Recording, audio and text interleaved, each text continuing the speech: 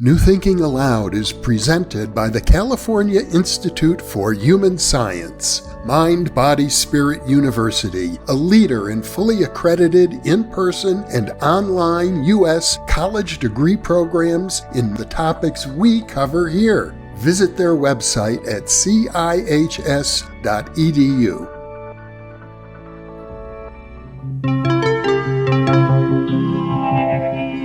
Thinking Aloud. Conversations on the leading edge of knowledge and discovery with psychologist Jeffrey Mishlove.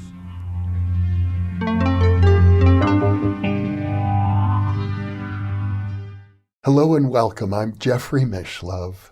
Today we are going to explore the journey from computers to consciousness, and my guest, Federico Faggin, is probably the foremost individual I could think of who has made that journey.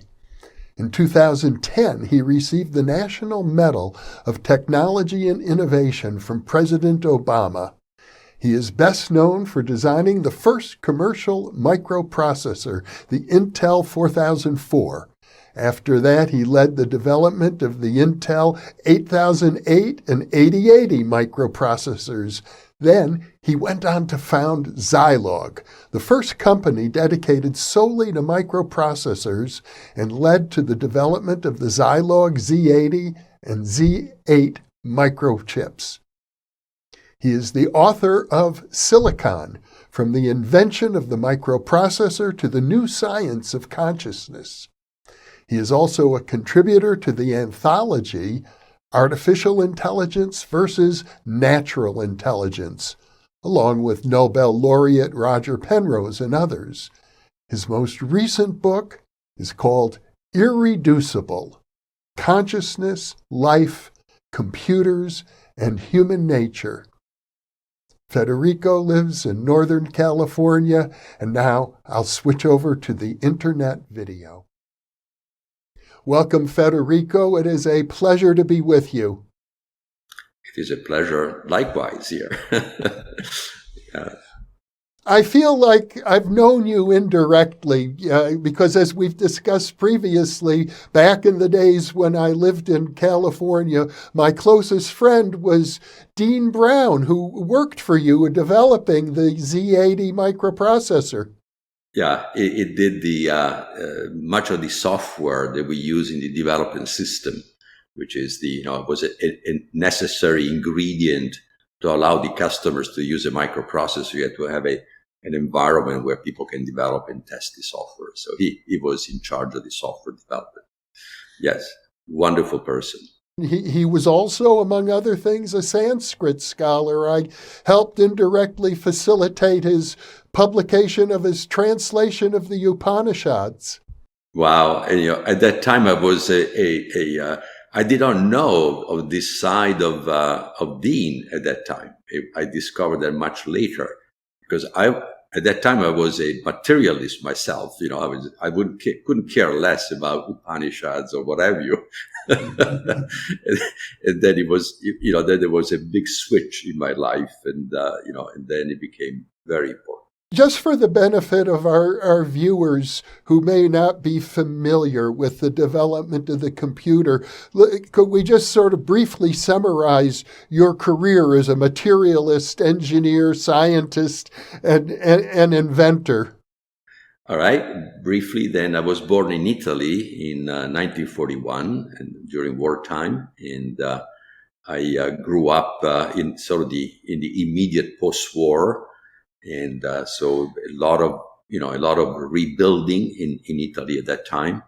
My father was a professor of philosophy and history at the high school.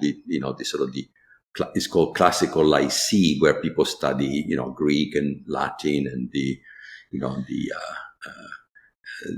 important personalities of history. And I just wanted to build stuff.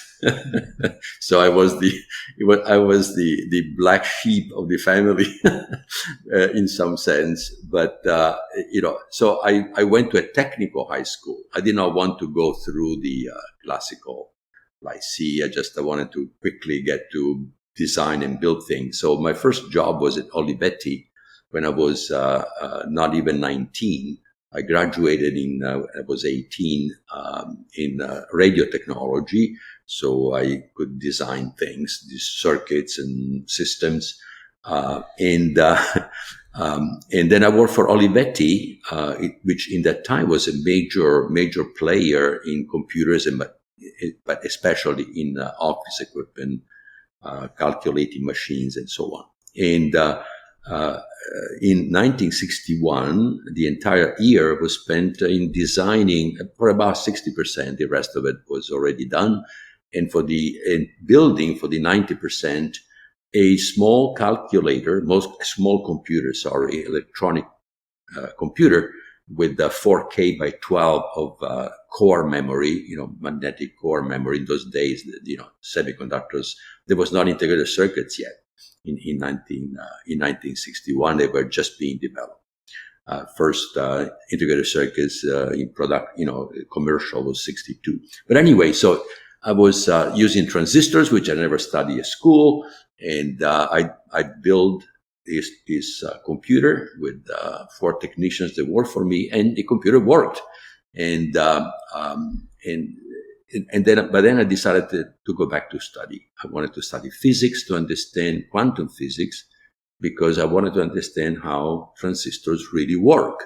And the transistors use, quantum properties of crystals. And that was my specialty. And then I worked in Italy for a little bit, and then I came in this country in 68. I came in the US, Silicon Valley, in 68, working for Fairchild Semiconductor, which is the company that developed the first integrated circuits. In fact, the company that developed a process technology that was completely new, because it was called planar process, because you could build many transistors simultaneously on the surface of a wafer of silicon. This was a completely revolutionary idea. It was due to a Swiss engineer that was part of the founding group of Fairchild. And this was the future, absolutely. So in 68, there was a technology called MOS technology that was just coming up. He had the first integrated circuits were sold in 1965. So, and they had lots of problems. I loved that technology. I thought that was the future.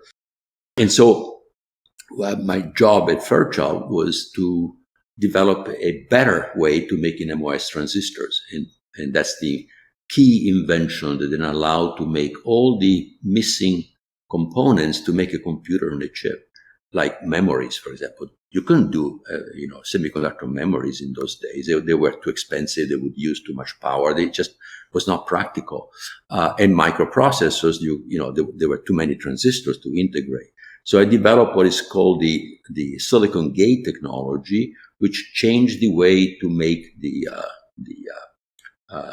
transistors in the integrated circuits, with additional inventions that allowed to make 2 layers of interconnections using a layer of polysilicon, polycrystalline silicon, and a layer of metal.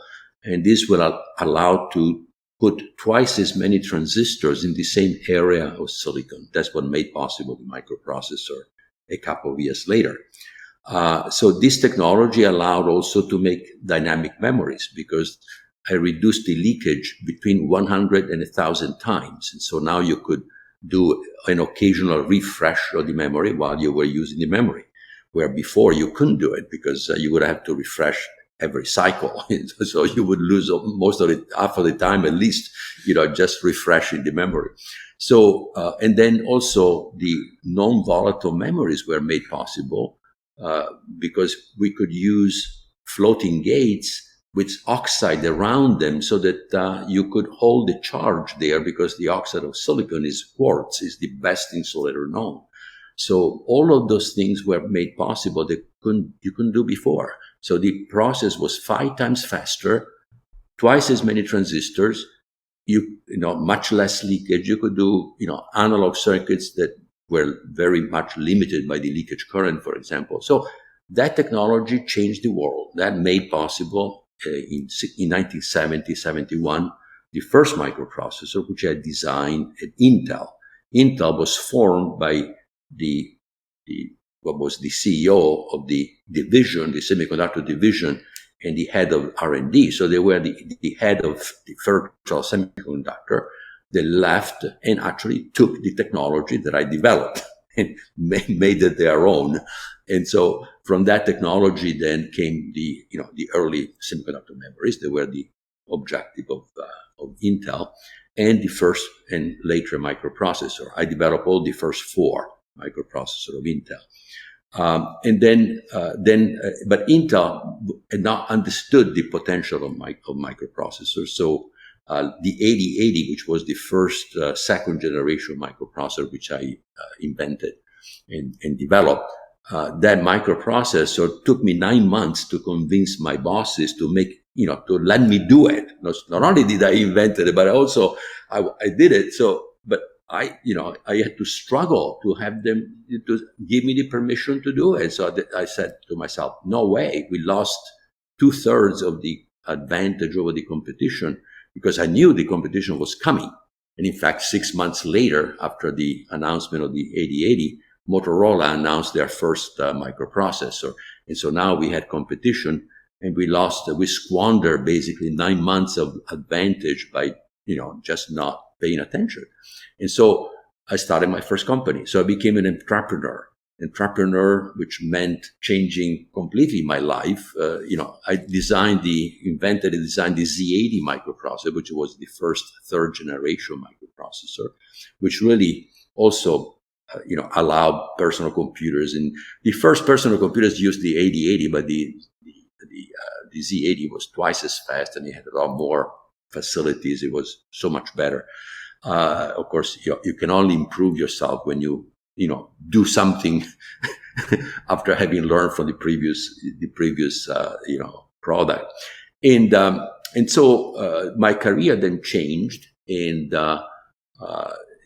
I spare you the various phases, but the crucial thing that happened was when my 3rd company called Synaptics, I wanted to develop computers that learn using basically the neural networks, which were, just shortly before, scientists have figured out a way to do backpropagation. It's called backpropagation learning. A type of training of a neural network that would allow you to use 2 or potentially 3 layers of neural networks, which was a big step forward. And so with that, taking a hint from that, I said, okay, so now we can have hardware where I can have a synapse, which is the memory and also the computational element in the neural networks. One transistor, I can do a multiplication, an addition, store long-term, because I can use a floating gate device, store a long-term weight that is equivalent to at least 3 bits, but maybe more, which is sufficient for neural networks. And then, we can get much more computation done, because I can put, in those days, hundreds of thousands of synapses in a chip, each being a multiply add. So I had hundreds of thousands of arithmetic units, in a sense, just with 1 or 2 transistors per unit. And but unfortunately, I could never find an architecture that would allow me, with a few well-designed parts, to create all kinds of different neural networks. So every problem required a custom solution. So I had to move away from that, even if it was great. And in a few years, it was very clear that neural networks were the way to go, contrary to the ideas of the experts in AI at that time. They believed that expert systems were the solution for the future for AI.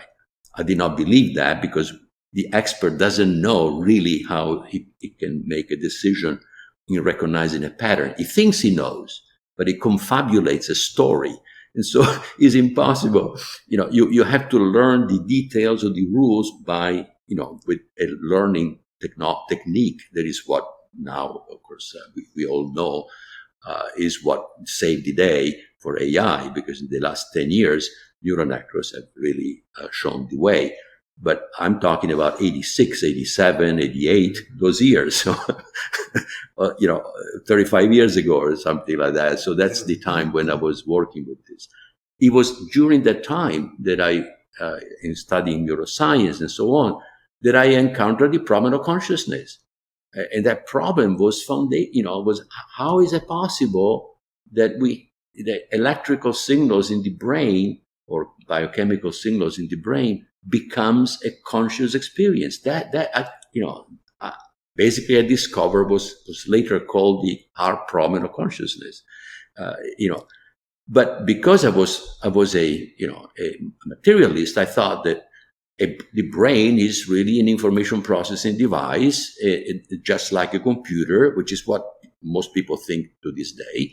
And so I should be able to program a computer to be conscious, in some way, because obviously everything comes from matter. So consciousness must spring out of matter. That was the idea at that time.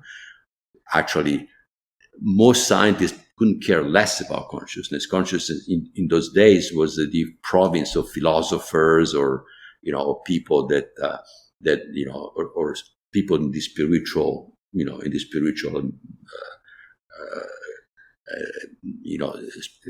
what do we call it, spiritualists, but basically people that were interested in the inner reality, but certainly not for science. And so for me it was let's find out. Well, 2 years later, I couldn't make an inch of progress because there is nothing in physics that tell you how you can convert electrical signals in qualia, sensations and feelings, which is how we know. We know because we experience. We don't know because there is a signal in the brain. The signal in the brain is a correlate of something deeper that nobody has ever found out. And only now we have the beginning of a theory, which we'll get to much later. But I stop here because that was the beginning of my journey to understand consciousness, which then through a extraordinary experience of consciousness allowed me to understand that consciousness was much, much more than what I even thought. I thought it was very hard, impossible for computers to generate sensations and feelings. But that experience told me that there is an infinite step to make to go to what actually consciousness can do, because consciousness can give you an experience of the universe. You can actually experience yourself as the observer and the observed. That's mind-boggling. But I stop here. Otherwise, I will not. We'll keep on going here. I gather that in around 1990, you reached a turning point in your life, and as I recall from your biography, you were rather unhappy at the time, in spite of your enormous success. And it was then that your life changed because you had what today I think we would call a mystical experience. Yes. In those days, mystical was a 4-letter word. So, but at that time, yes, I was not happy. And of course, happy or not happy is a question of consciousness. Again, happy or not happy is a feeling that carries meaning. And the meaning, of course, I was searching for the meaning. Why am I not happy? I got everything. I have a beautiful family, more money than I need I don't need to work anymore, because with my first company, I was successful enough that I didn't need to work anymore. So working was a choice as opposed to being a necessity. And very few people before 40 in those days, could get there. I was, I had been quite successful, and also in terms of, inventions and being famous for that, at least in the, in people that understood those things.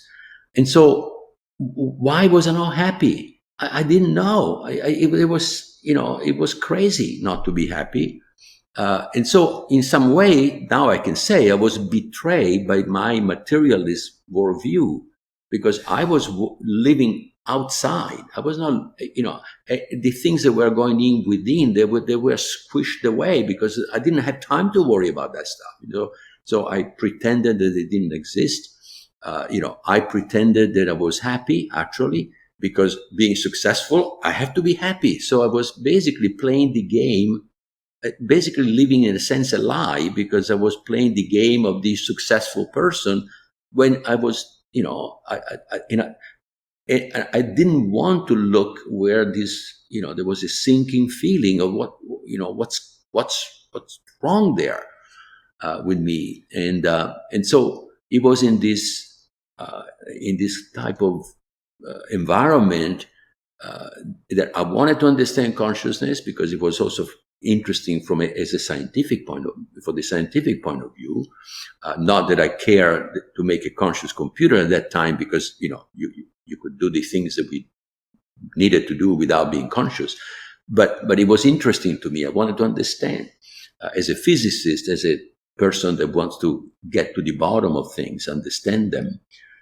For me, that was essential. So it was in this, in this frame of mind that in 1990, during the holidays, the Christmas holidays, we had a home in Tahoe, and we were going skiing every year there with the kids. It was fun. It was great. One of the few vacations that I would take myself. And so, it was a relaxed time. And one night I wake up, in the middle of the night, around midnight or something. I was thirsty. So went to the kitchen, got a drink of water, and then went back to bed. And just as I was waiting to fall asleep, a rush of energy comes out of my chest. I mean, it was love, but it was a love that was 10,000, 50,000 more powerful than anything that I've ever felt. And it was coming from me. It was like, how can I generate this thing?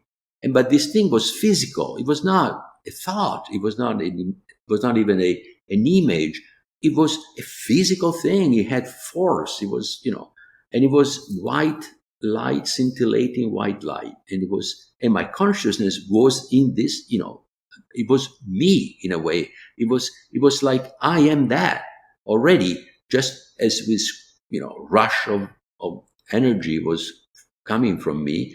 And it was mixed with joy and with peace. And by the way, I never felt peace before.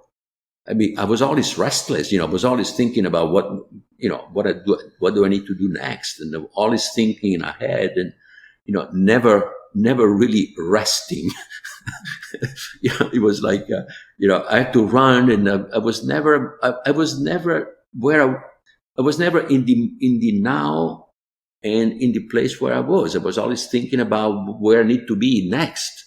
And so now I'm at peace. This is me. That's home. Is the sense, it connected me with the sense of being home when I was a kid, that you would go home and mom would take, would cuddle you, and, you are, that's the closest sense that I had before of what home is. And then this thing expanded, it felt like it blew, like a blowing into, covering the entire field, the entire experiential field, not just the space, but my entire experiential field with this same light, which is white scintillating, and my consciousness is in that light. So I'm both inside my body, it is a sense of me, but also outside the body. That never happened before in my life. So, and my mind in my mind is now, telling the symbols that would explain what I got by this experience, which was not symbolic. There was, when we think, generally we think with words, but this kind of stuff, there were no words. But then words came to my mind. So now I can tell you that now I can understand what happened. Is it's like when you capture an invention and you begin to translate that in symbols, but the invention goes beyond symbols. It's not made of numbers. That image, that stuff, qualia, are not numbers. Then symbols can become numbers. They can be represented by numbers. But qualia is not a number, nor even a series of numbers, like a vector, for example. Cannot be. Because it has qualities that cannot be in a number. For example, the love that I feel has depths that I know that there is more to know about that love. So love, the feeling already tells you this is love, but you can only understand this much, and through that feeling that there is more to know. Is there more to know in a bit? 0 or 1? Is there more to know? No. That's a number. A number is bounded, but these type of qualia are open-ended. They have depth. They have dynamism. Something that cannot be put into numbers. So anyway, the words that came, which are numbers, they can be numbers. The words are symbols now. The words are, wow, this is the stuff of which everything is made. But I was simply voicing what was already clear before voicing it. And that was the end of it. That was amazing. And my body was hot, and also there was tingling, like my cells were going with this same experience. They were resonating somehow with what was my overall experience. And of course, I was the observer of myself. So I was both the observer and the observed. So I realized at that point that, but faintly, now I can again say it, that I was the whole observing itself with my point of view. So I was a point of view of the totality of everything upon itself. And that's, of course, is a core aspect of the theory that I have right now, which is basically, it's like I am a monad, a part whole of one that has known itself in a certain direction, with a certain perspective, with a certain point of view. And so the point of view of that monad is my identity, is what I recognize as myself. So that's how I can express it now. In those days, it was I could not see that, but it was contained in the experience. That's why this like an invention that was mentioning before, that guides your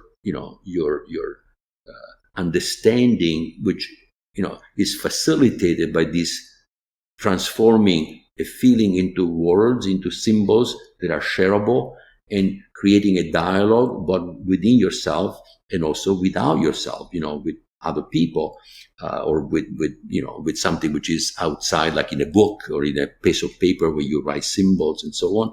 In that kind of dialogue, you begin to, make sense and cast the meaning, the deeper meaning, into symbolic form. And so that was a turning point for my life, because after that, my life was not the same. It was clear that my idea of there was basically what scientism is telling now, materialism is telling now, the idea that we are separate from everything, also that you can, box in things, like when you what is called reductionism, where you pretend to be able to separate things from other things. That stuff must not be right, but of course I had to find out for myself, and that got me into a journey of introspection, and where I started trying to understand consciousness. And of course, consciousness, you can only understand it by experiencing within yourself, because it's a very personal aspect that we all have. And now I can also say that your experience is private, is unique to you. Those qualia, the meaning that you can get from qualia can then be translated into symbols, but you generally don't translate the qualia into symbols. You translate the meaning into symbols.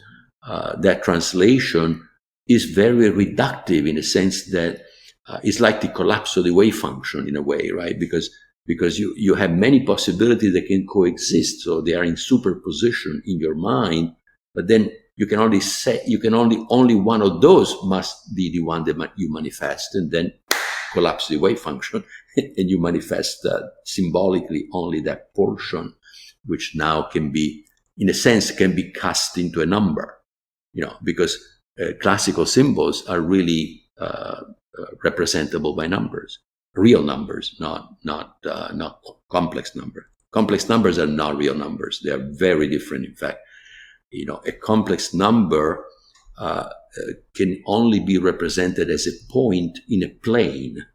So you have essentially two possible dimensions, where a real number is only one dimension. It can be represented as a point on a straight line, or on a line. So that's a very, very big difference. And that we treat them as if they were numbers, but they're not numbers. Square, -1 cannot be produced by multiplying two real numbers. You can never multiply two numbers and get -1. Well, what a journey you were on. And I gather that's when you sort of progressed from being an inventor and a scientist and an entrepreneur to becoming a philosopher. Yeah, well, I was a philosopher for a while, but I wouldn't, philosophers tend to use their intellect. I was an experiencer. There is a big difference between trying to understand by experiencing through experience, then try to understand through reasoning and logic. Yeah. And, philosophers tend to think in those terms. In fact, if you use the word mystical experience for that, I call it awakening, simply because mystical has, in many quarters, have a negative connotation, like you're crazy or something like that. And so I use the word awakening because that's what it was. He awakened me to the fact that I am much more than what I thought I was. I thought I was a body, and now there is, my consciousness, who I am, which is the sense of me, was outside of my body. So how is that possible? If I am the body, my consciousness must stay within the body. And of course, I never had an experience where my consciousness was outside of the body and inside the body before. So obviously something is wrong here with what I thought before. So let me find out more. And it took me 20 years of working about 30-40% of my time. In my, it's more than my spare time, that I spent for 20 years to arrive at a tentative conclusion, or to a hypothesis, that consciousness and free will must be fundamental. They must exist from the beginning of time. They cannot emerge from a brain. That made no sense whatsoever. And this was based not on just my original awakening experience, but on many, many other experiences that I had throughout this 20 years period where I was working experientially. So contrary to a philosopher which is driven by reason and logic, I was driven by my own experiences and trying to explain my own experiences with a theory, with a way of thinking about how can this happen, how can reality works, and trying to use my knowledge of physics, especially quantum physics, that has properties similar, but at that time I wasn't yet able to see the complete connection. So I was trying to explain what I was experiencing with what I knew also of physics, and it was through this process that I arrived to the conclusion that consciousness must be foundational, and then I decided that's it. Now I want to join the inner and the outer, the interiority with the exteriority, the spiritual with the physics, combine the two seamlessly, because that's my experience. When you are both, when you are both inside and outside, there is no separation. And of course, I restudy quantum physics, realize that quantum physics is actually saying many things that are only consistent with consciousness and not consistent with classical physics. In fact, almost nothing is consistent with classical physics that quantum physics is saying, or the deep things that quantum physics is saying. So for me then, this started a process where I told myself, okay, now this is foundational. This changes the way that we know ourselves. And if we change the way we know ourselves, we can change the world. Because, when you are a part whole of one, of the totality of what exists, then competition has no place. At this time in your life, did you begin to explore spiritual traditions or engage in any spiritual practices? Oh, yeah, certainly. I mean, one of the first things that I did was meditation, for example. Clearly, so I've gone back to 1990, 1991. It was, it was at the holiday vacations were between 1990 and 1991. So in 1991, I started, I looked for a transpersonal psychologist. I wanted to, to get a sense of what happened to me, and not to a, I did not go to a psychiatrist. I went to a transpersonal psychologist, and that person guided me. Began to tell me, what happened to you is something that's happened in history many times, and so basically, she helped me, the first steps, and she gave me some books to read, and I think that one of the early books that I read was the Tao, Tao Te Ching. Okay, now I can actually say that with the new theory that I have, the Tao is actually saying exactly what quantum physics has been saying. The Tao starts by saying the Tao that you can say is not the eternal Tao. Now, I'm paraphrasing, but that's the essence of that first verse.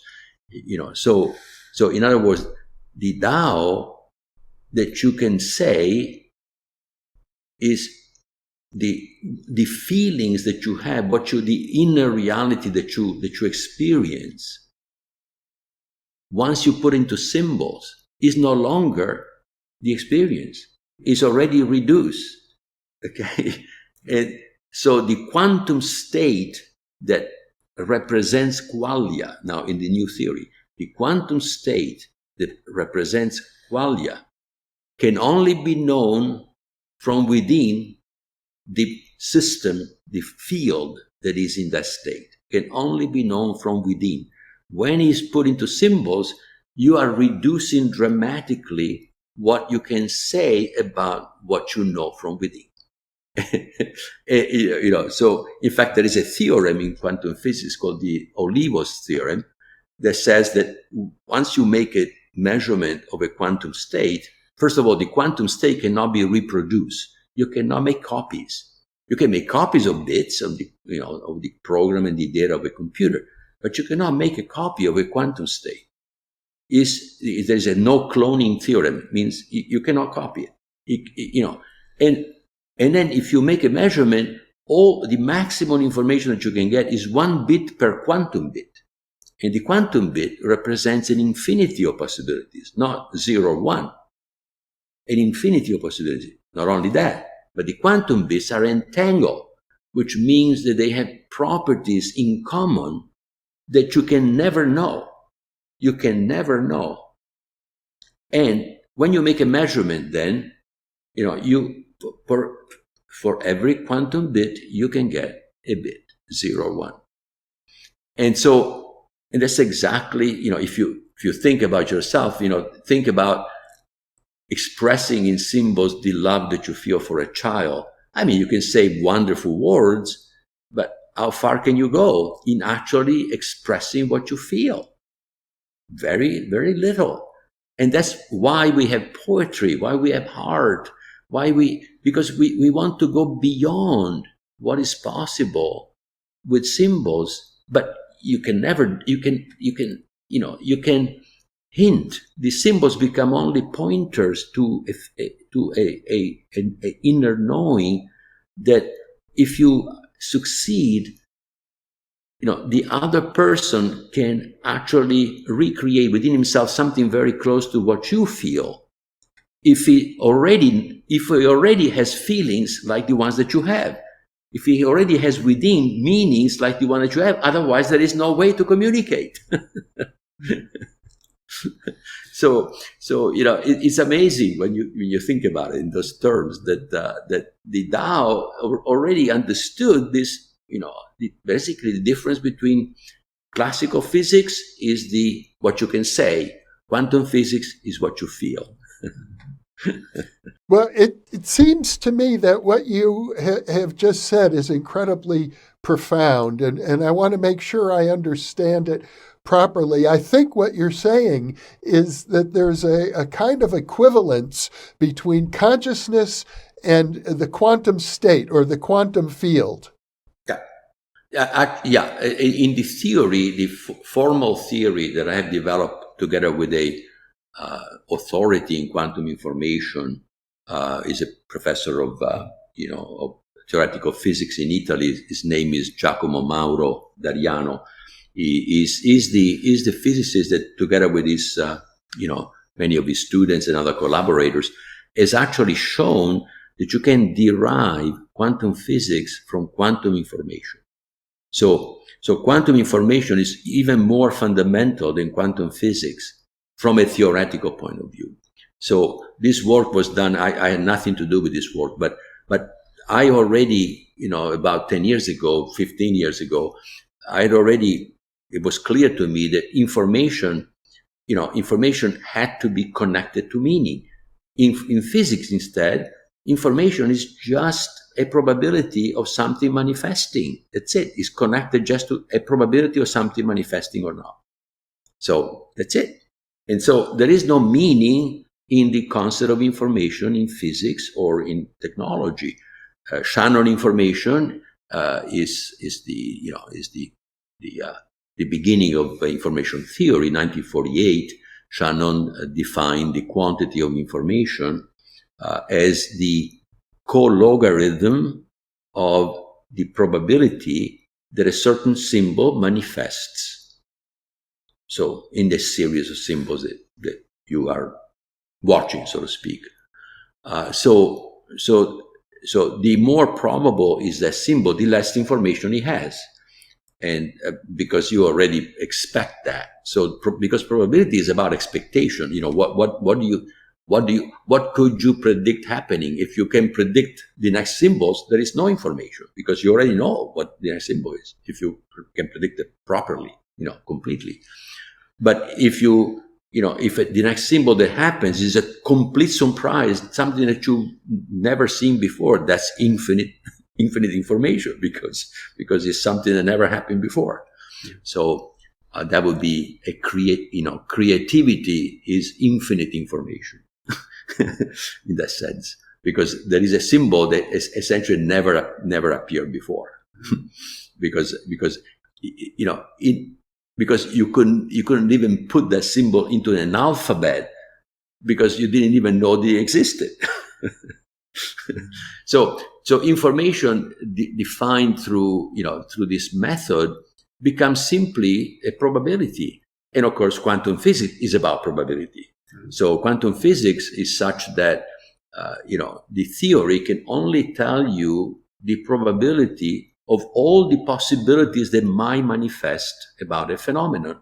So there are many possibilities. Each possibility has a probability, and all that you can know is all the probabilities of all the possibilities with their probabilities. That's it. So it can tell you quantum physics does not describe the system. It describes what you can know about a system, which is a very different thing, because classical physics describes, for example, a trajectory of a particle. So it describes the position and the momentum of a particle that moves in space and time. And so you can know exactly all the points in this trajectory. Not so in quantum physics. You can only know the possibilities of what the next thing will be, which is not created yet until you measure it. But if the quantum state is simply a question of probabilities, how does it then become the home of experience? Yes, that's the big mystery, right? It's called the collapse of the wave function.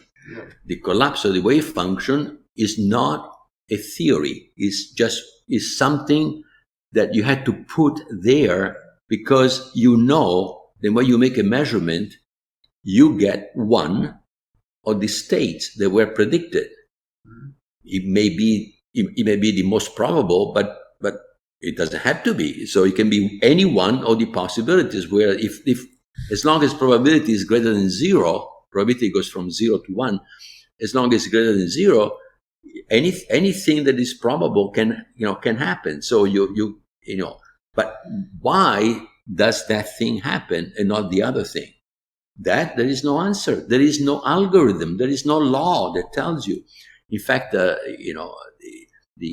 analysis of the collapse of the wave function has shown that the collapse of the wave function is a completely random event. It's so random that there is no algorithm that can actually predict that randomness. Mm-hmm. So it goes beyond math. It goes beyond what can be predicted by any law. And that's now with the new theory, that is a decision of free will of a field which is conscious. If the field is conscious, then the collapse of the wave function can be interpreted as free will decision by the field. If the field is not conscious, you cannot do that because free will without consciousness makes no sense. What does it mean to if you don't know what you want, you don't understand what you're doing, how can you make a free will decision? Right. So free will and consciousness must work together.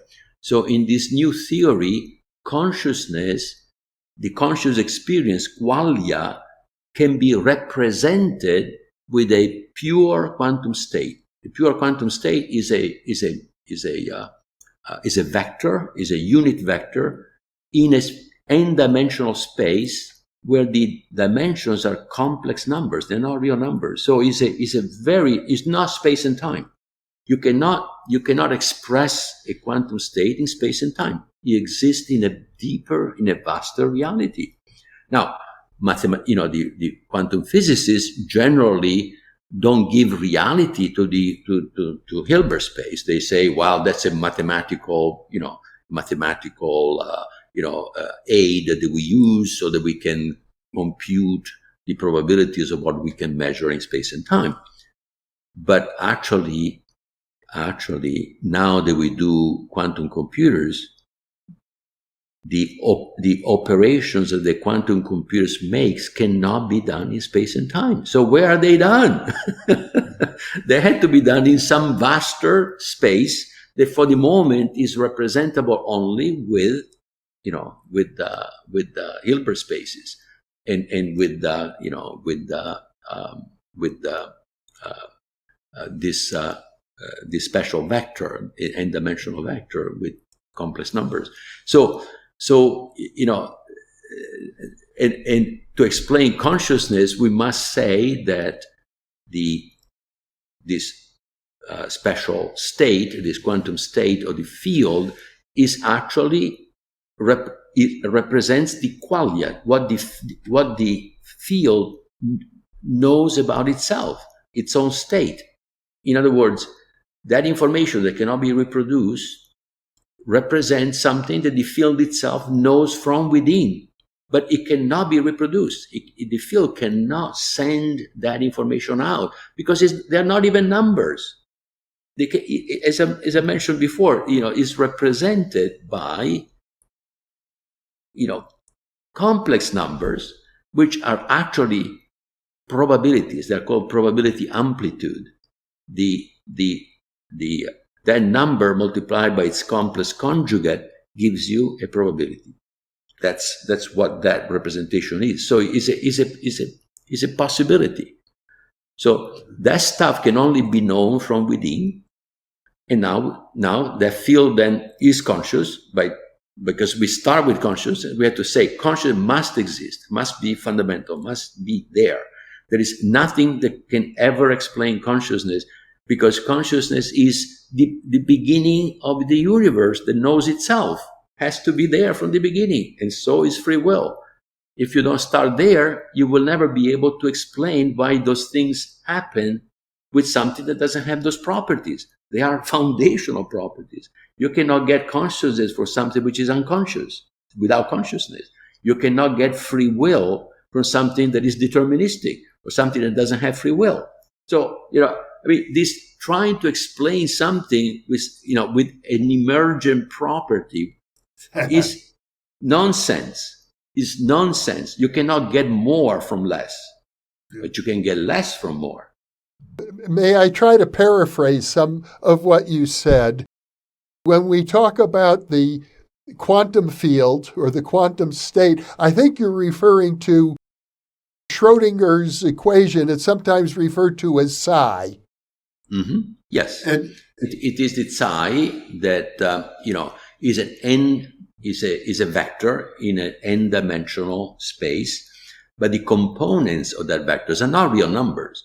They are complex numbers, which is not what if you have a classical system or a system in space and time, you can represent a system made of many particles, for example. You can express that as a vector with n, with actually 6n, where n is the number of particles and 6 is the number of degrees of freedom of the particles in space and time, but those are real numbers.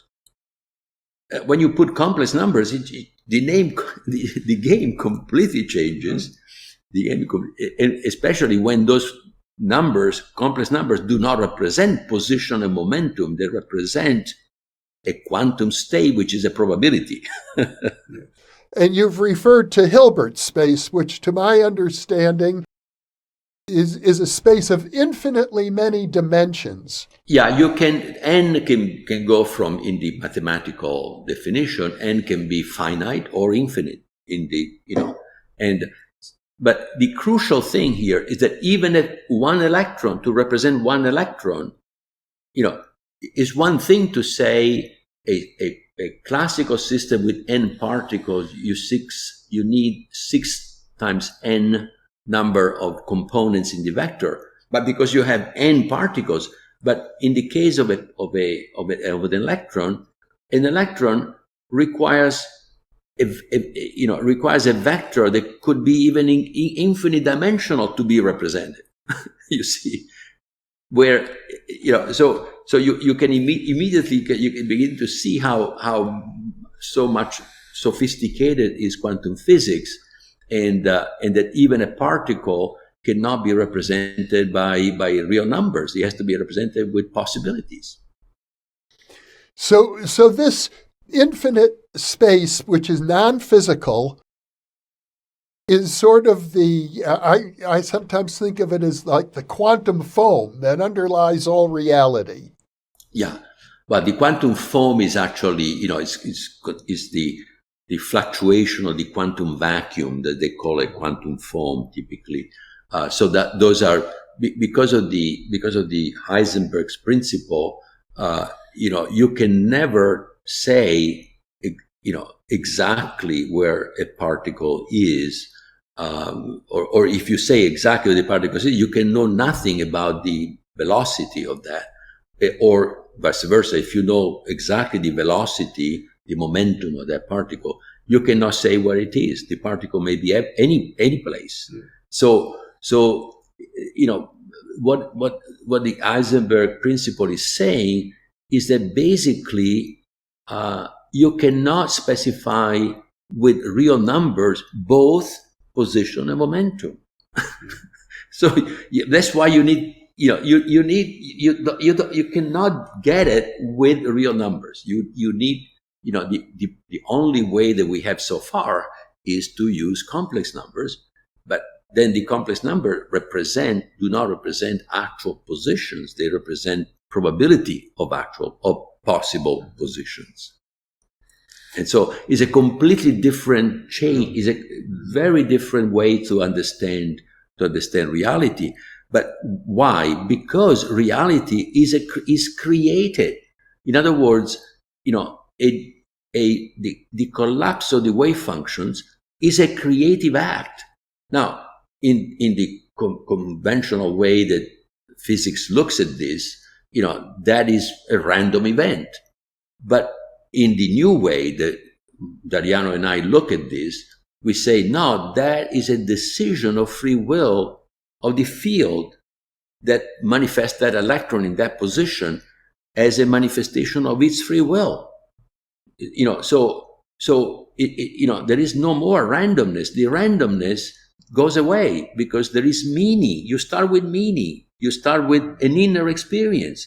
So this new theory explains quantum physics as the theory of the inner reality of the universe. The universe has an interiority that is not being seen before because we are only trying to explain what we can measure. But what we can measure is determined by an inner reality and inner communications that go on behind the behind the veil of space and time, and that stuff is what is the creative aspect of reality. Then what you see is the result of a creation, and that changes completely the understanding of who we are, what the universe is here for, and so on. Because based on the understanding of quantum, the normal understanding of quantum physics, basically the universe has no purpose and no meaning. It's simply a random event and whatever, And so there is no rhyme or reason in the universe. Well, the moment that you say consciousness and free will exist in those fields from the beginning, all of a sudden you immediately can explain also why we are conscious. We are conscious because we are the ones that have created, in a way, collectively, we have created this reality, interacting with each other. And so it changes the entire ethos and the entire idea of who we are. And therefore, with that, we can actually change the world. Understand that we have to cooperate, not compete, to change the world that we have. And not because, because it's, because of some religious principle, because that's the way it works.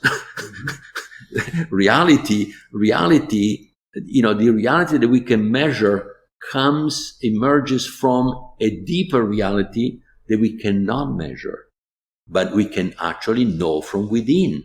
But each one of us knows that reality from within himself or herself. And so in order to create an objective reality, we need to use symbols that have a common meaning. And then we have something which appears objective, but it's really partly subjective and partly objective.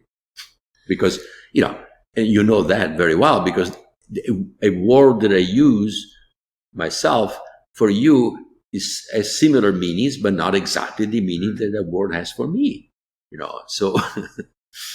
Would it be fair to say then that my experiences, if I experience the sound of your voice or the color red or the smell of a rose or the love I feel for my family, those experiences actually, they're not in my brain, they are outside of time and space. They are outside of time and space. They are in the field that is you. And you are not the body. And the experience is within the field, knowable only by the field. What can be known from outside is only what you can express symbolically. Not because what you feel, you are the only one to know. And it is in our everyday experience, and that's why we need to, when we have sophisticated feelings, we cannot even use words. We have to use art. We have to use some other music, some other form to convey that deeper meaning that escapes the limitations of words. And of course, that's why also written words are the worst, because you have collapse a wave, which is the sound, which is a wave. You have collapsed that wave into a symbol, which is static, that contains none of the prosody, none of the the emotional meaning that we put into the sound, just like now I'm doing, or the gestures that I make with my face. That those are all cues that we use to communicate much more than the words can communicate. And that's one of the problems. For example, kids today that only text. They don't even talk to each other. They text. Text is as 90% of the information is gone because you only read the words. Yeah. But when I say I love you, that's very different. I love you. Same words. How can I can have an infinity of meanings with the same words by the way I pronounce them, right? So the words are dynamic symbols. Words that are written are static symbols. And and we have a similar analogy with information, which is something that I came to mind a few years ago. Called live information. Live information are the particles, atoms, molecules that interact quantumly in space and time. They are excited states of the fields that exist in space and time, and they are symbolic, but they interact quantumly.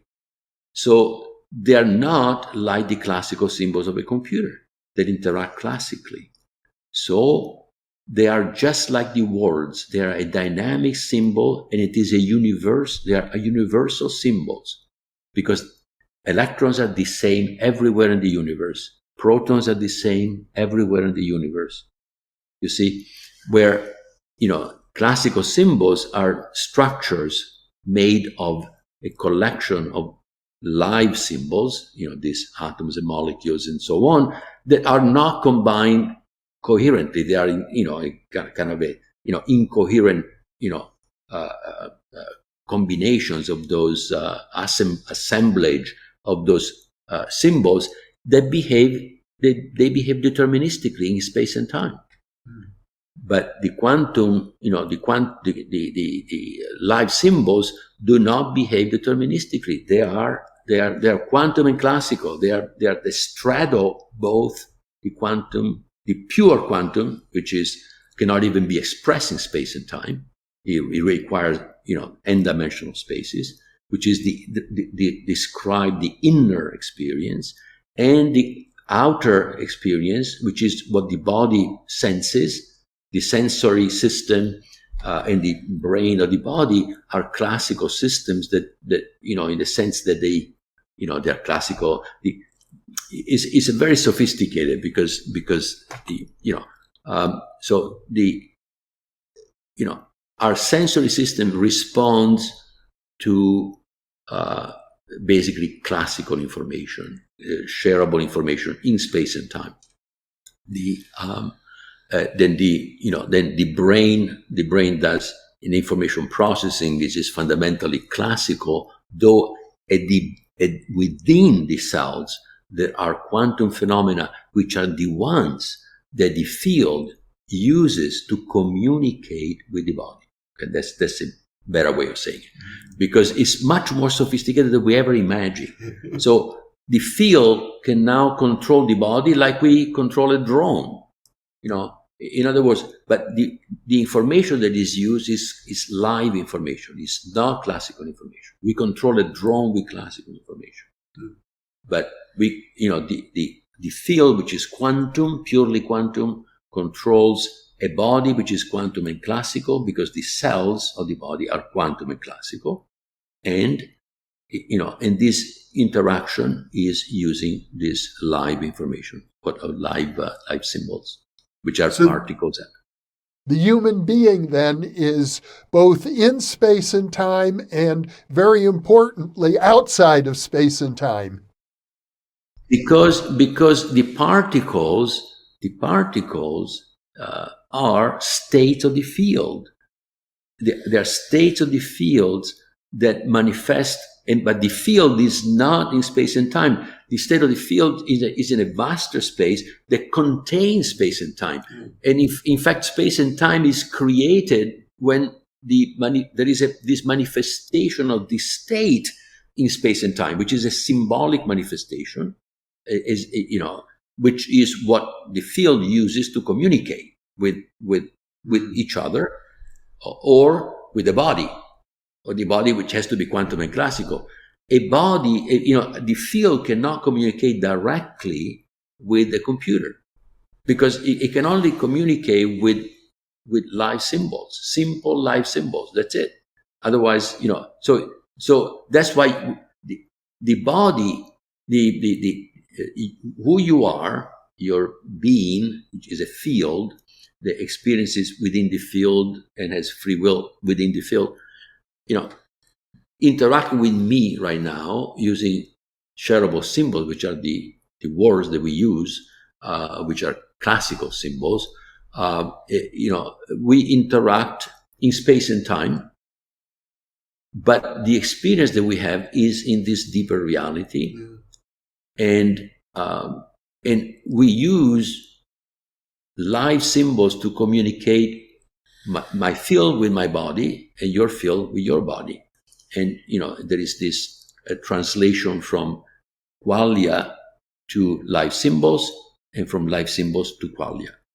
And the comprehension of the qualia, the meaning that you get from the qualia, is all inside the field. It's not in the outer states. It's not in the states of the field.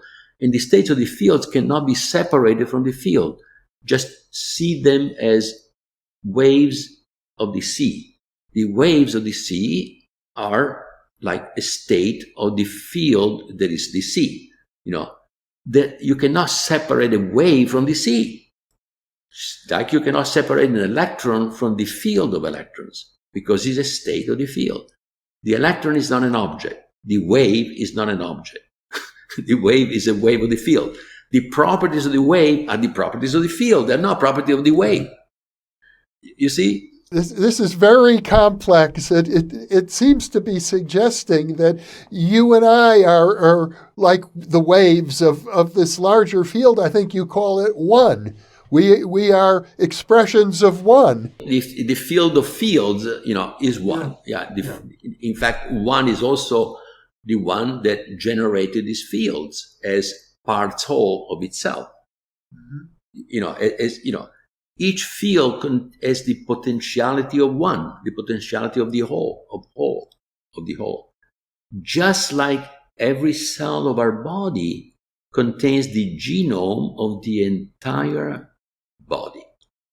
The genome of the egg that created the entire organism is copied in every part.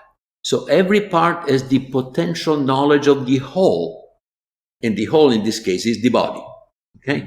So look at that. This holographic principle is valid also in quantum classical systems like bodies. It is not valid with classical computers. The transistors inside the computer are simply switches on and off. A transistor knows nothing about the whole, the computer and its software. You see the, and of course for example, an electron is three things simultaneously that cannot be separated. Is energy, is matter, and is information. But you cannot separate them because it is an elementary particle. A computer is made of three things: hardware, software, and power supply. Exactly, the power supply is the energy, hardware is matter, and software is the information. So, but they are separate. In a computer, those three are separate because the computer is a classical system driven by reductionism, where there are separate things that then are combined together.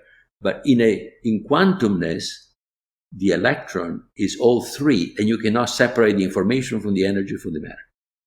That's why you need the concept of live information, because the concept of live information requires that this ability to basically not lose the quantumness is both quantum and classical. It cannot lose the dynamism, and it cannot lose the connection to the field. The bit of a computer has lost the connection with the quantum fields so long as that bit, which is a conceptual idea of man, can be recognized by the circuits of the computer.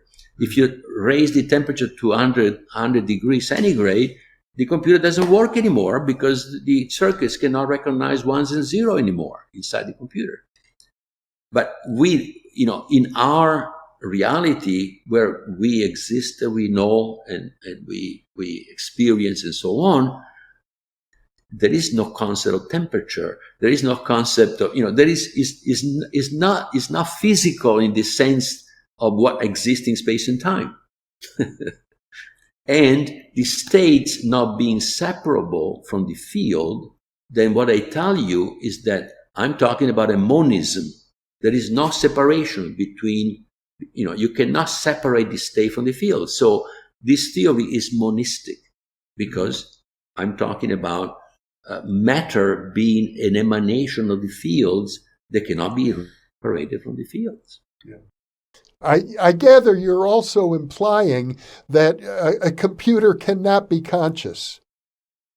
Absolutely, because if it were conscious, its experience cannot be copied. But the experience of a computer is in the software. So, and you can copy the software precisely, every bit of it.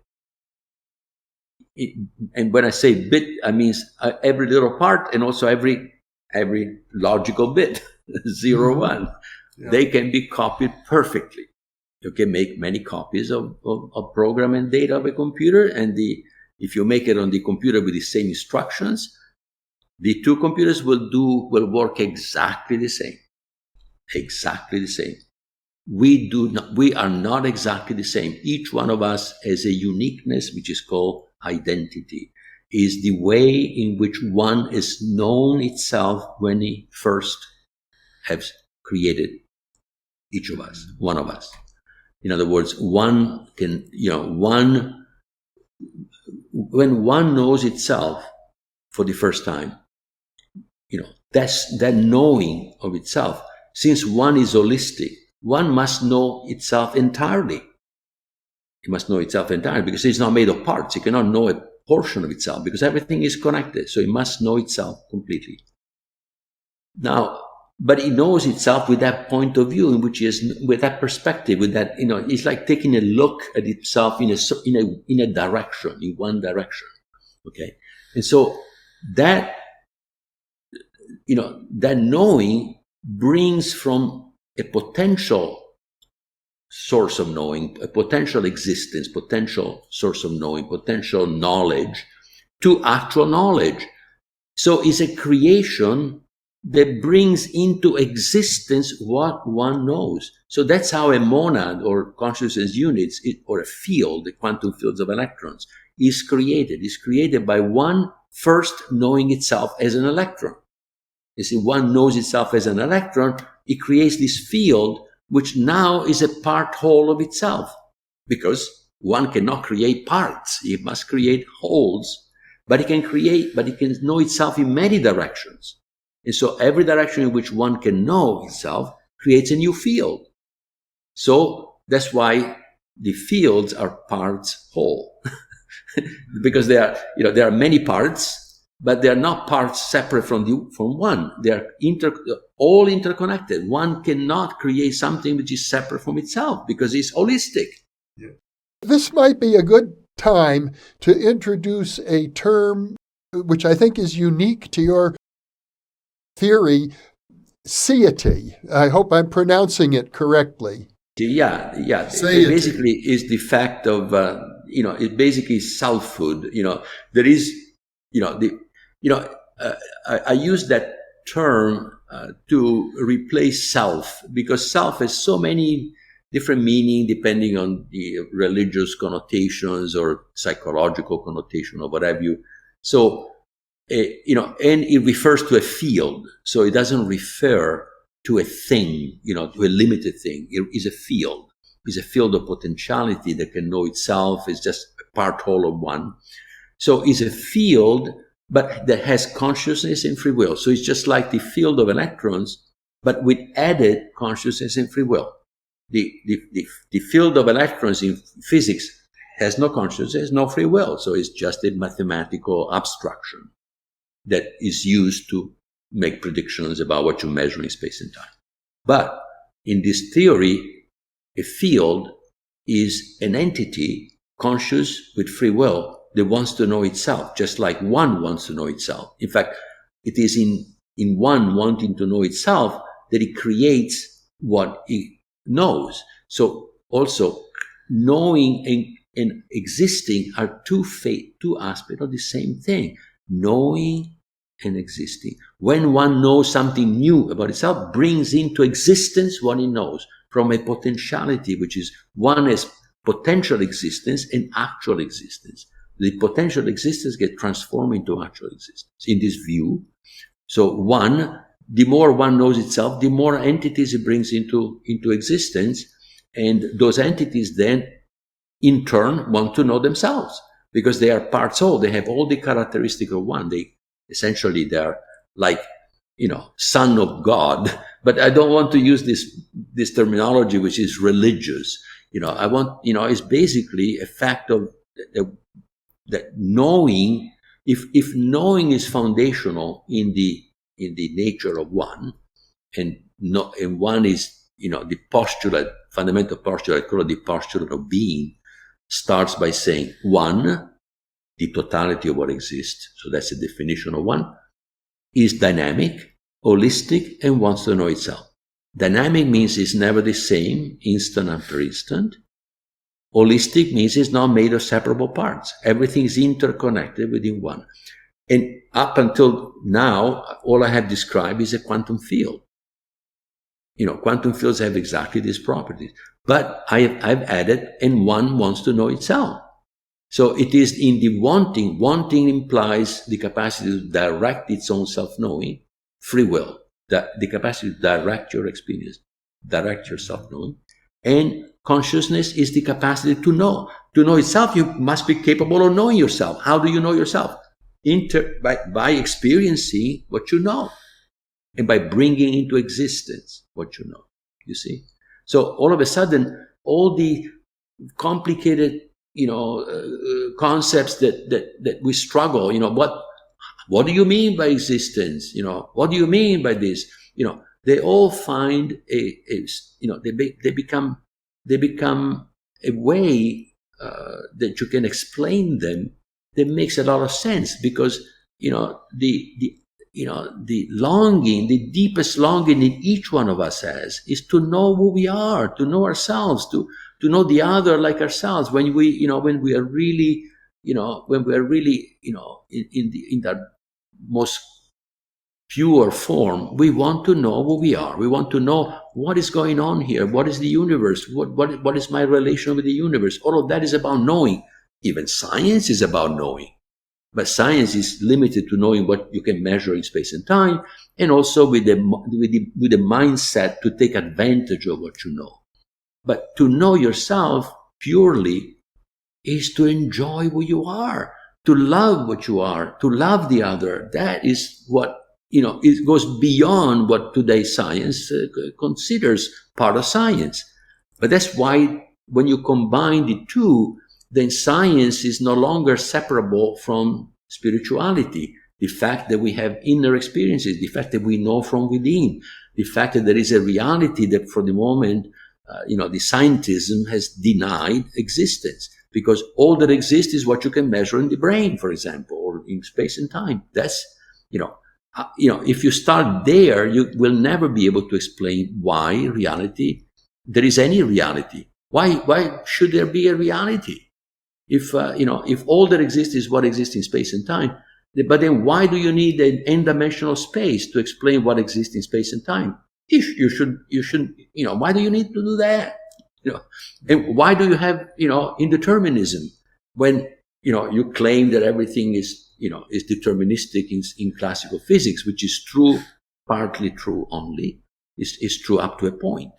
So, clearly there is more to reality than what so far we have allowed ourselves to believe.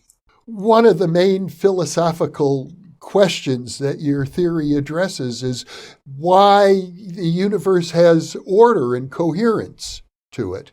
Of course, because for one to exist as an entity, it cannot be in contradiction with itself. It must be coherent.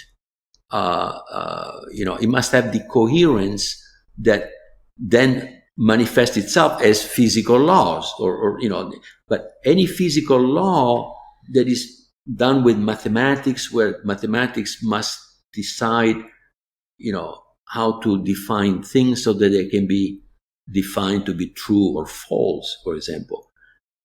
Within one, there is truth, falseness, and also true and false. Otherwise you would have a separation between truth and false. There would be a boundary which is invalicable. So in the reality of one, it would be more like the difference between red and orange. Okay, red and orange are two different colors. Okay, but there is no separation between red and orange. There is a region between red and orange where it's both red and orange, because you say to you is orange, to me is red, or vice versa. And so there is then far away from that border, yes, red, we all agree, that's, orange, that we all agree. But because there is no separation, because everything is interconnected, you have to have something that is also true and false, or neither. So you see, that's what we are forced to. When we say one is holistic, we are forced to deal with what it means to where everything is interconnected. And what interconnects everything is the quantum, is the entanglement, which has been fought tooth and nail by science, by scientists for the longest time. It took 80 years before everybody had to agree there is entanglement. Yeah. But the first time that it was, mentioned was Schrödinger was the first one that they understood it, and then Einstein right after he wrote a paper, 1935, and then and kind of most people agree with Einstein. How could Einstein be wrong? Quantum physics must not be complete. That's the conclusion. There must be hidden variables, somewhere we just don't know them, and so. But nobody could test it, and so nothing happened for a while until the first experiments showed that, wow, it looks like there is entanglement. Einstein is wrong in thinking that entanglement couldn't exist. And so, but then at the moment that, this happened, then, oh, but you made a mistake in doing the measurement, you didn't consider this, you should do it this way. Huh? So we went on for another 30, 40 years until all the loopholes were answered. There is entanglement. Every time there is entanglement. Now science accepts entanglement, but cannot explain why it exists, because it shouldn't exist.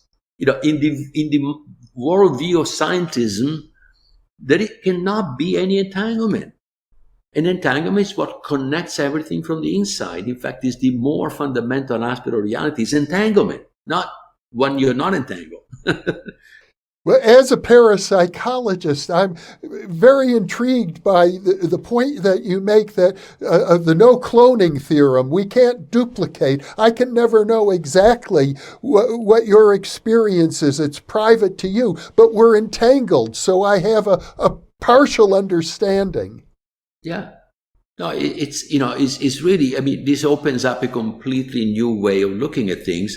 And also, you understand why there has to be entanglement, why there has to be, pure states, because if not, then, why there has to be privacy? Because we know that our experience is our experience. I cannot transfer to you the love that I feel.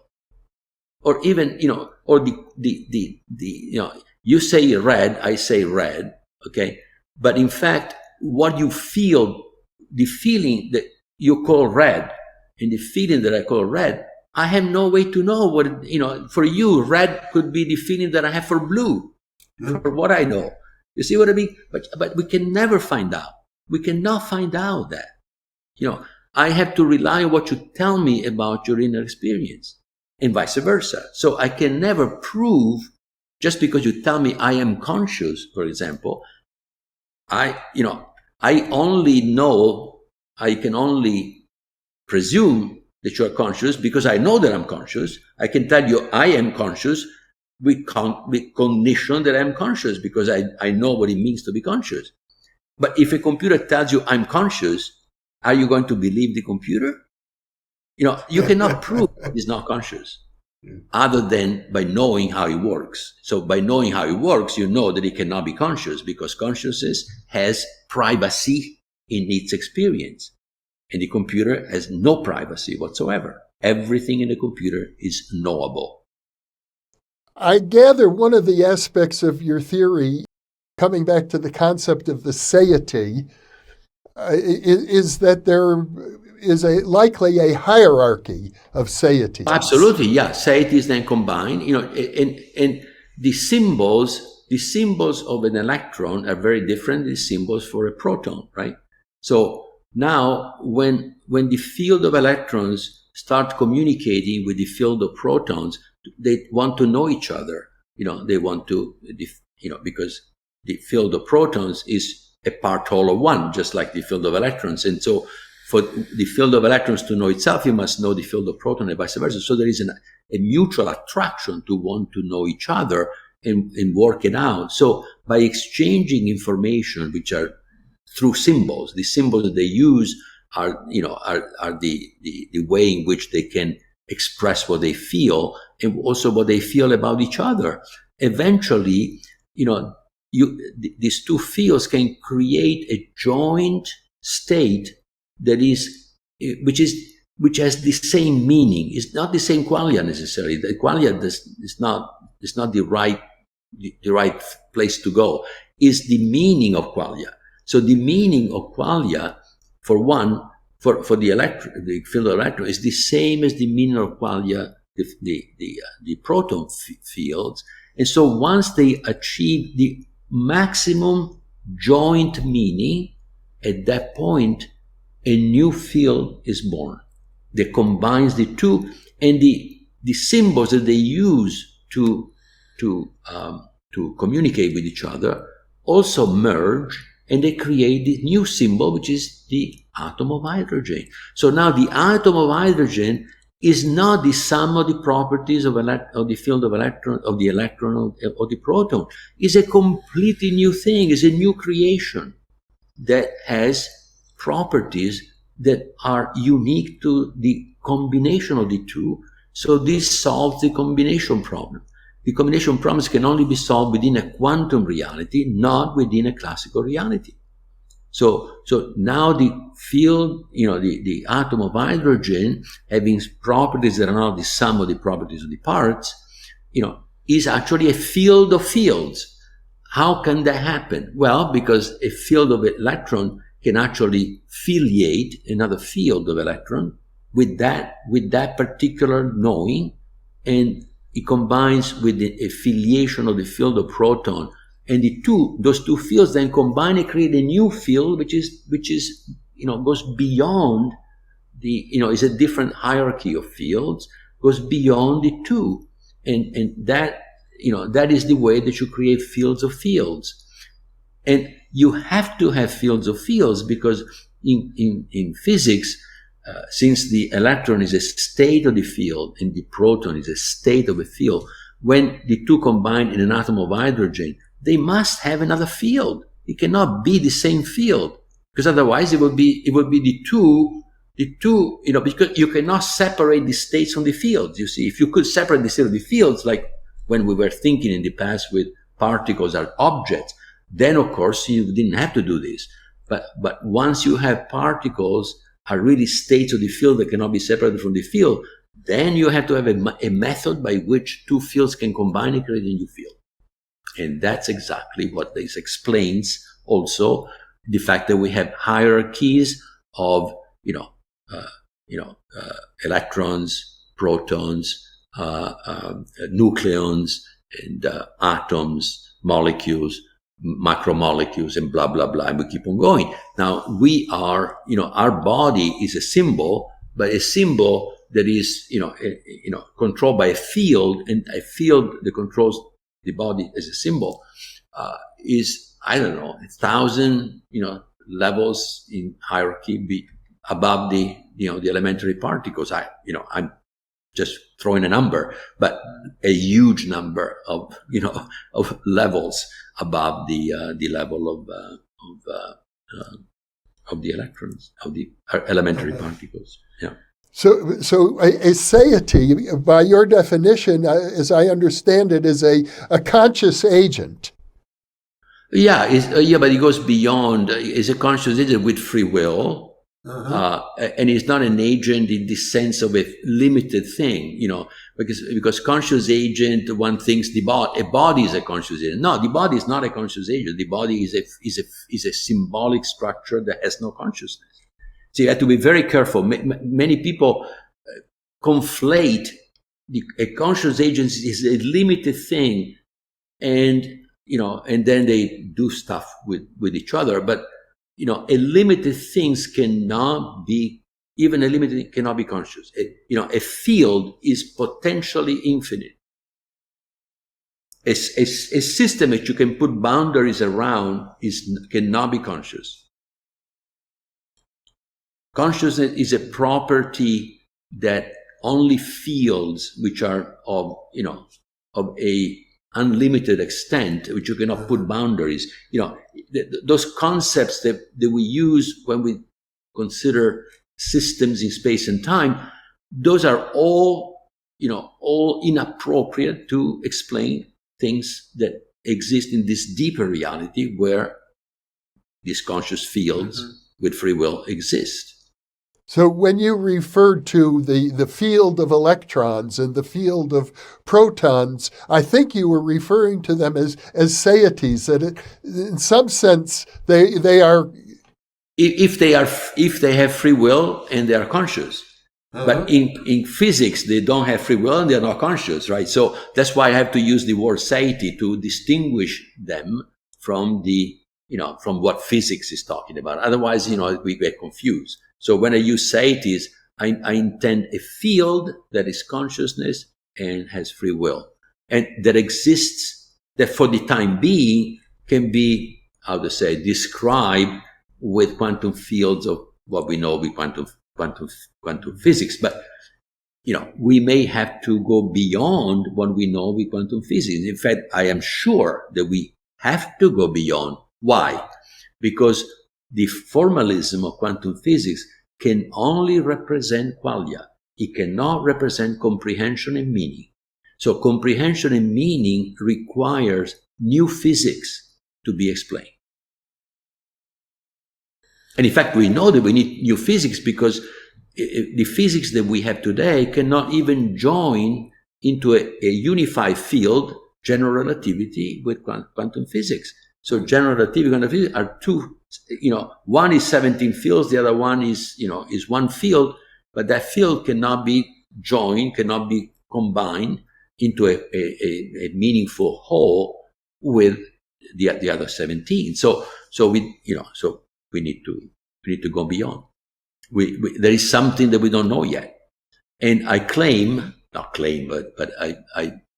suggest that by starting with not by starting with the concept of space, time, matter, and energy that we have, traditional concept that we have, by going beyond those, starting with principles that have to do with knowing and self-knowing and what knowing is, consciousness, free will, those principles, then we can create the proper concepts of what then becomes space, time, matter, and energy the way we understand them now, but they are derivative concepts from deeper principles that have to do with knowing, with the universe that knows itself. So to me, that's a complete change of paradigm. Because if you start with the space and time the way it's defined by general relativity, you end up with the block universe. You end up with a construction which doesn't make any sense. And, so we have to go beyond that. This is all a lot to digest. And I think this might be a good place to pause. Yeah, that's fine. To take it all in. I could pursue it, but I feel like I'm already getting overloaded. We are changing this theory changes so many ideas that we have about reality that, you have to ponder it. You get to think that after you have assimilated what I'm saying, then we can talk again, seeing where else can this go? Because I've been thinking for 37 years. So about this stuff since I was thinking about consciousness, and then with was couple of years, 2 or 3 years before the experience of awakening, and then from that experience of awakening, that became a main occupation that has become in the last since 2008. So we're talking about 16 years or so is full time. And so I have been thinking in all possible angles in which I can understand the interaction of these parts, and it makes sense. This theory can explain everything that physics explains, because it doesn't change anything fundamental about what physics is saying in terms of the equations, in terms of all the experiments that we know that we can measure, the things that we can measure, and so on. It seems to me that what you're endeavoring to accomplish is a unification of the most sophisticated thinking in modern physics with ancient philosophy. The Vedas, the Kabbalah, the Pythagorean theories all seem to start with consciousness. Absolutely. And is a welcome change, because this creation of two silos, the spiritual world where that doesn't talk to physics, to science, and science that doesn't talk to the spiritual world, that separation must be healed. And it must be healed by recognizing that consciousness and free will are the real stuff that out of which everything comes out. Not matter that creates consciousness. And of course, free will doesn't exist because, based on the laws of physics, free will shouldn't exist. So consciousness and free will, once they are understood as starting points, you have to rethink everything. And that is so powerful now because you can see how you no longer have to explain things by stuff that doesn't work, like, the random variation and selection. I mean, random variation and selection, how can a living cells emerge from random variation and selections? Come on. It's impossible. It's just forcing it because we got to say that, because otherwise we have to go in a place we don't want to go. But frankly, nobody has been able to explain how the first cell was put together by random variations and selection.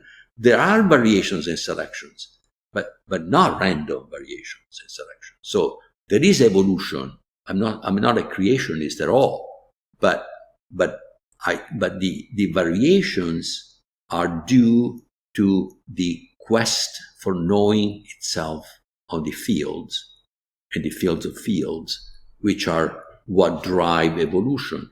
So evolution is driven by the desire, by the longing for knowing itself of one and all its, all that one has created, all its creatures, which are fields. They are parts whole of one. So this completely changes the landscape and allows you to accept realities that now we cannot accept.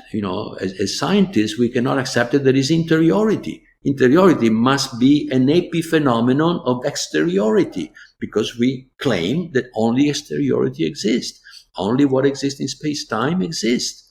But if you start there, you can never explain the things that matter most to us.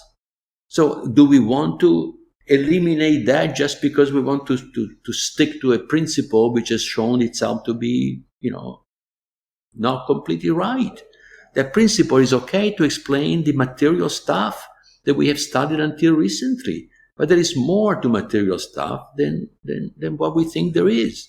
So let's move beyond. Let's go, and also in doing so, we can solve our human problems, our social problems. They are directly connected with the idea of who we are. The wrong idea that who we are allows to keep on warring with each other, profiteering and all this stuff that goes on in the world, can only change if we understand that we are not what we thought we were, a machine. We're not machines. We're not the body.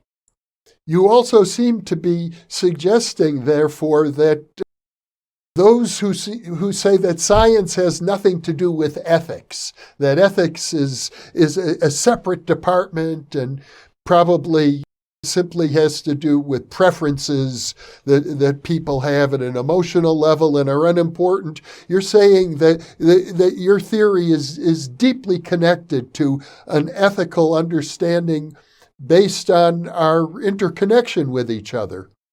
Absolutely. I mean, ethics comes from, the aspects of reality that generally science doesn't deal with. The heart, the emotions, the feelings, love, joy, peace, all these things, they don't exist for most scientists. So why go there, right?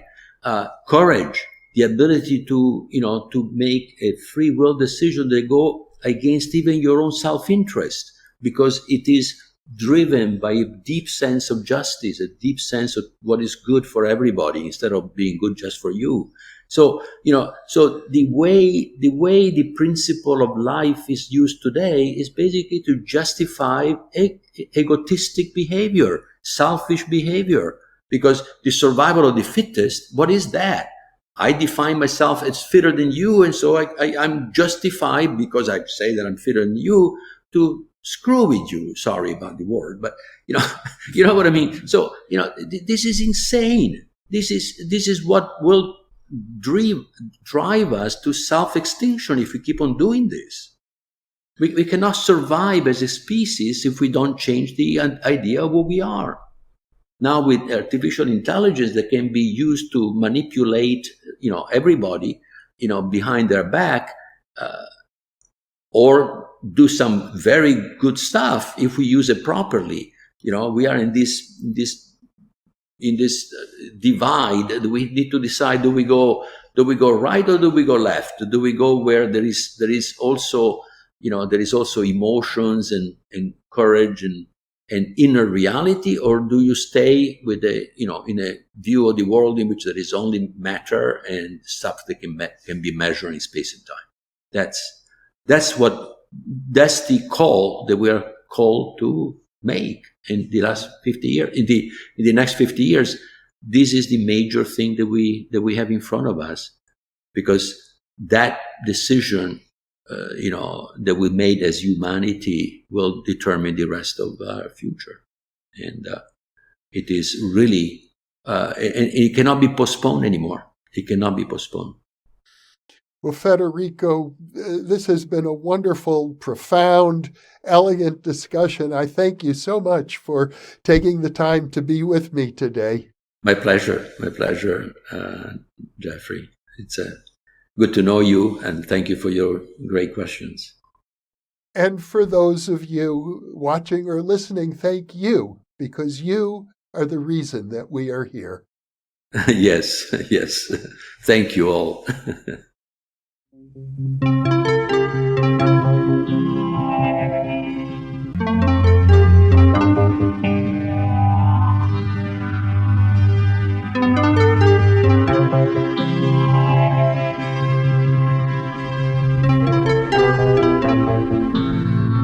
Book 3 in the new Thinking Aloud dialogue series is UFOs and UAP, Are We Really Alone? Now available on Amazon. You can now download a free PDF copy of issue 7 of the New Thinking Aloud magazine, or order a beautiful printed copy.